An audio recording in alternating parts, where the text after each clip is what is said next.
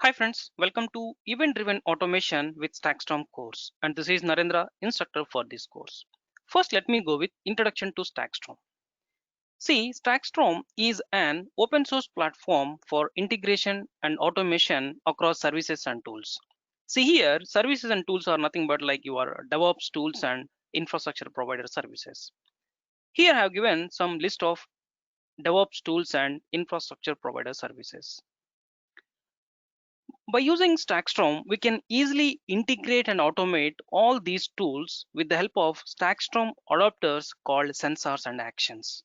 See here, sensors are useful to integrate your DevOps tools and infrastructure with Stackstorm, and actions are useful to automate your required task with Stackstorm. Basically, the Stackstorm is designed to focus on taking actions in response to events. That means Stackstorm is an event-driven automation tool for our DevOps tools and infrastructure providers. Now let me go with a very simple use case to understand about event-driven automation using Stackstorm. Just observe this diagram. And one more thing, when we do automation for your issues in your real time, if the issue is occurring repeatedly, then we can try to provide the solution for that using scripts or manually or automation, I mean some tools, right? Now here I'm trying to use Stackstorm to automate to fix the issue if that issue is repeatedly occurring. See, if it is occurring repeatedly, then we have a solution for it.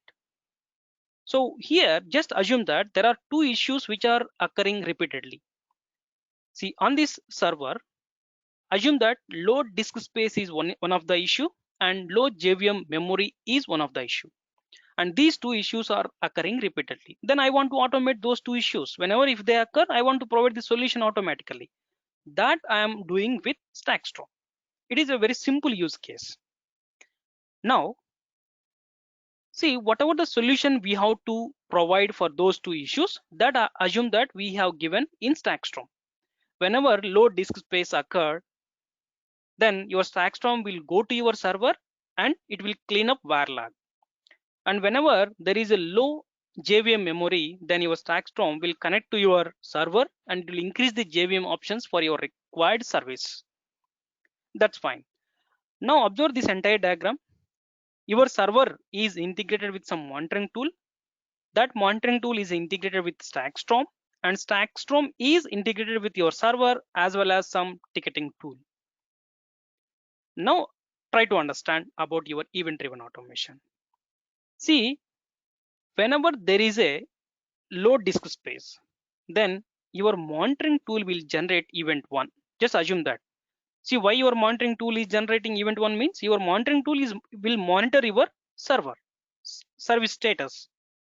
Now just assume that your monitoring tool will generate event 1 that represents low disk space, and it will generate event 2 that represents low JVM memory.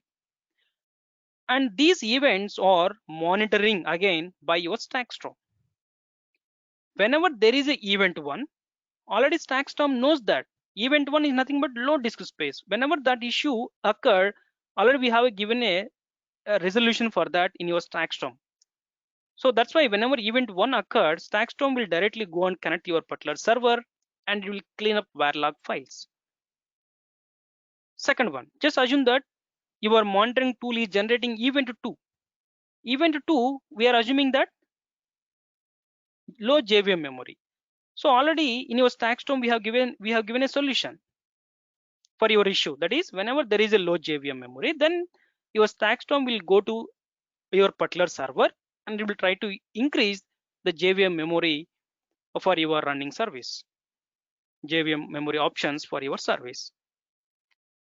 Now assume that other than these two issues, there may be some new issue also, right? Whenever there is a new issue, generally what we will do, we'll go to Google and we'll try to get a solution, we'll fix it. But Stackstorm can't do that. That's why what it is doing, observe here. So other than those two issues, if new issue is occurring, then your monitoring tool will generate some other event, new event. Whenever if it is a new event, Stackstorm don't have a solution for it. That's why what it will do is, instead of connecting with your particular server, it will go and connect with ticketing tool and it will create an incident so that you will get an alert so that the engineer will go and check the issue and will try to fix it by the engineer. So in this way, we can achieve event-driven automation using your Stackstorm. See, if you observe clearly, if one event is occurring, Stackstorm is taking one action. If other event is occurring, Stackstorm is taking some different action. That's why Stackstorm is like if this then that tool for your DevOps and infrastructure. See, basically it is event-driven automation tool. Manually also you can automate using your Stackstorm. No need of events. Based on requirement, you can configure your Stackstorm whether you want to act based on events or without events, right? And here, how your Stackstorm is monitoring these events and how your Stackstorm is executing your action on your particular server on which issue has been occurred, right? So here we have a sensors to monitor events which are delivering by some system. And here we have some actions through which we can execute, we can provide a solution on your particular server. Not only those, we have different types of concepts. So now to apply your Stackstorm effectively in your DevOps culture or for your infrastructure, first you have to know different concepts of your Stackstorm. They are packs, actions, workflows, rules, triggers, sensors, webhooks, and finally chat-ops. All these concepts are very powerful concepts of Stackstorm to integrate and automate our DevOps tools and infrastructures with Stackstorm. Now let me give a very simple diagram so that we can understand how we are using all these concepts in our event-driven automation for DevOps tools and infrastructure services.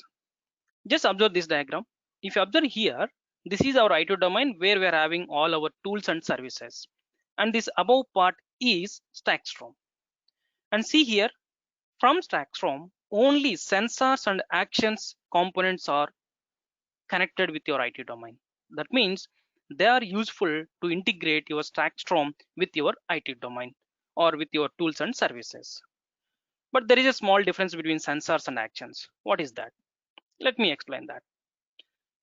See, in your domain, in your IT domain, based on issue, they will generate different types of events. That events will be monitored by your sensors. See, first thing to integrate your infrastructure, your services and tools with Stackstorm, we are using sensors. Apart from that, sensors are monitoring the events which are delivered by your tools and services. Fine. Come to actions. Actions are also useful to integrate your Stackstorm with your tools and services, but the main purpose of actions is to execute your required action on your tool or on your service. But which action has to be executed on your domain, on your tool, on your service? So how to decide that? Now for that, here we are having rules. Based on events, see, based on issue, your tool or your services will generate different types of events. So all those events will be monitored and captured by sensors. Based on events, sensor will generate different types of triggers. Let's say here event 1 is occurring in your domain, then sensor will generate trigger 1. Or let's say event 2 is occurred, then sensor will generate trigger 2. Now here my requirement is if event 1 is occurring, then it has to execute action 1. If event 2 is occurring, then Stackstorm has to execute action 2 on our tools and services. Then that mapping will be done by rules because sensor is generating triggers, no? That trigger will map into action, will convert it into action by rule. So how we are converting that we will see in our course. See here, workflows or actions both are same. Actually, workflows are nothing but group of actions. That's it, right? So now we got some clear idea about Stackstorm, how it is going to useful in our event-driven automation for our tools and services. Simply your tools and services are monitoring by your sensors. Based on events, it will generate some triggers. Based on triggers, your rule will try to map the trigger into actions or workflows. and then your StackStorm will execute your actions on your IT domain, so that finally we can get event-driven automation using StackStorm. So friends, here just I have given overall view about your StackStorm. If you want to get more in-depth knowledge of your StackStorm about overview, there is an official website called docs.stackstorm.com. As of now, you don't have much information in Google except this documentation. Just to open that, go to here, StackStorm overview. So as of now, the latest version is 3.2, 3.2.0. See here, simply we're having some StackStorm overview, and here we're having architecture of your StackStorm. As of now, I don't want to explain about this, because if I give explanation about this diagram, you may get confused. What I will do is I will try to implement your StackStorm with some concepts, and then I will try to correlate that concept with StackStorm architecture diagram, so that you can understand the uh, about StackStorm architecture, right? That's it.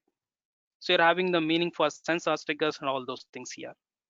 Just remember this, docs.stackstorm.com. That's fine. See, we're having different types of tools in market to automate our tasks. But why we are selecting StackStorm? The very first reason is because of these powerful concepts. So here we missed about webhooks and chartups. We'll discuss them in our course. The second one is it is open source. Of course, many tools are open source nowadays. But the next reason is it is implemented with Python. We know Python is very easy to learn. See here, we are having sensors, right? Based on our requirement, we have to implement sensors for StackStorm. And that sensors we have to implement with Python only. But here we have actions, right? Actions can be implemented with Python or any other language. Most of the cases shell scripting, right? Or PowerShell. Fine. Along with that, the last reason is using StackStorm, we can manually automate our tasks, we can schedule a job, and we can also automate our tasks based on events. So these are the reasons to select StackStorm for automation for our environment. That's fine. So finally, what are the prerequisites to enroll this course? See, to enroll this course, you should have knowledge on Linux OS and commands. And in our course, I will use Linux OS from AWS Cloud, but you can use from any one of your favorite cloud or maybe from VMware also. Then after that, you should have knowledge on AML, Shell, and Python scripting. In case if you don't have knowledge on AML scripting, Shell scripting, and Python scripting, then follow the links which I mentioned on the below of this video. Okay guys, thank you for watching this video. Just do subscribe my channel so that you will get updates whenever we post some new videos.